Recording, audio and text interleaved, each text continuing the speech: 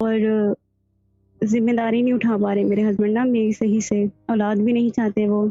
बस उनके नज़दीक पैसा ज़्यादा मैटर करता है। आप पढ़े लिखे इस ज़्यादा तरह हो? की आप पढ़े चीज़ें लिखे हैं ज़्यादा मेरी हो? ज़िंदगी में। आप पढ़े लिखे ज़्यादा हो?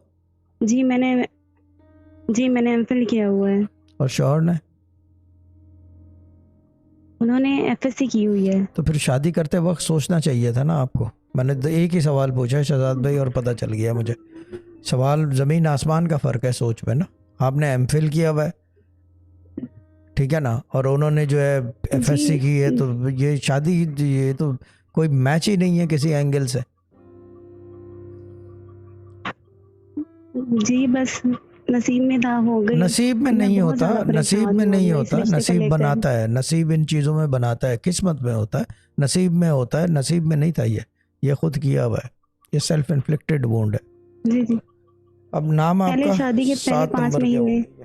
जी, नाम जी। नाम क्या है आपका?